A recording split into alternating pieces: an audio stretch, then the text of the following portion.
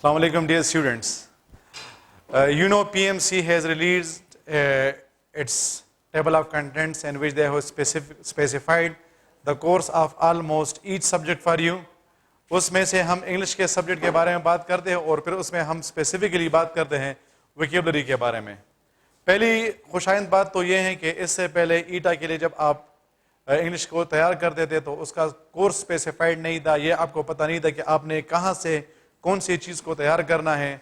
whether you should be reading your books, whether you should be reading the vocabulary given to you at the end of each chapter. तो एक बड़ा confusing situation था. इसी तरह आपके पास grammar वाले questions कहाँ से आएंगे तो ये चीज़ें क्लियर नहीं थी. लेकिन अब जो आपके पास नया सिलेबस आया है उसमें हर एक चीज़ को प्रॉपरली बता दिया गया है, हर एक चीज़ को डिवाइड कर दिया गया है और आपको इवन जो क्वेश्चन डिस्ट्रीब्यूशन है उसके बारे में भी बता दिया गया है कि आपके पास कहाँ कहाँ से कौन कितने कितने क्वेश्चंस आएंगे. तो उसमें हमारे पास जो वोकैबुलरी है आप उसके बारे में कंफ्यूज हैं कि यार इसके बारे में किस किस्म के क्वेश्चन आएंगे, क्योंकि आप उसको छोड़ भी नहीं सकते. 4 नंबर हैं और मैंने पहले भी आप लोगों को बताया था कि चूंकि कोर्स स्पेसिफाई हुआ है, कोर्स कम हुआ है, तो इस वजह से कंपटीशन बहुत ज़्यादा हो गई है.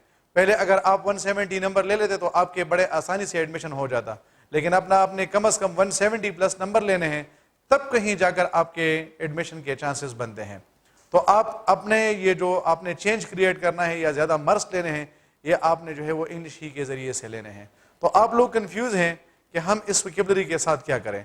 तो पहले बात तो ये मैं आपको बता रहा हूँ कि इंशाल्लाह मैं वोकैबुलरी पे एक सीरीज स्टार्ट कर रहा हूँ. तो और जितने भी वर्ड्स आपको पीएमसी ने गिवन है मैं उसका एक लिस्ट बनाऊंगा, एंटोनिम्स और सिनोनिम्स, और मैं उसको एक्सप्लेन भी करूंगा ताकि आपका टाइम उस पर बच जाए. अब अगर आप हर एक वर्ड के एंटोनिम्स देखेंगे और हर एक वर्ड के सिनोनिम्स देखेंगे तो definitely it is very time demanding और आपके लिए बड़ा मसला होगा. So I thought that in order to save your time I should start a vocabulary series in which I will be giving you the synonyms and the antonyms of each word. अब आपके पास 2 किस्म के questions आते हैं.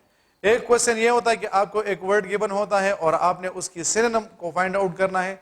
Synonym का मतलब होता है कि उसकी जो सेम मीनिंग है उसको आपने फाइंड आउट करना है.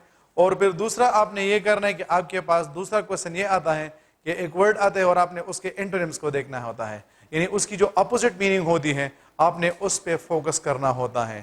तो अब मतलब ये है कि ये ज़रूरी है कि अगर आपने किसी वर्ड को सीख लिया है तो ये ज़रूरी है कि आपको उसके कम से कम 10 सिनोनिम्स आते हों और कम से कम आपको 10 जो है, अगर 10 ना हो तो कम से कम 6-7 तो आपको उसके एंटोनिम्स जो है वो आने चाहिए. अब फॉर एग्जांपल आपने वर्ड सीख लिया है एसेंट्रिक. एसेंट्रिक का मतलब होता है अजीब. अब आपने इसकी मीनिंग तो सीख ली लेकिन वहाँ पर आपके पास एसेंट्रिक के ऑप्शन में आ जाता है बिजार.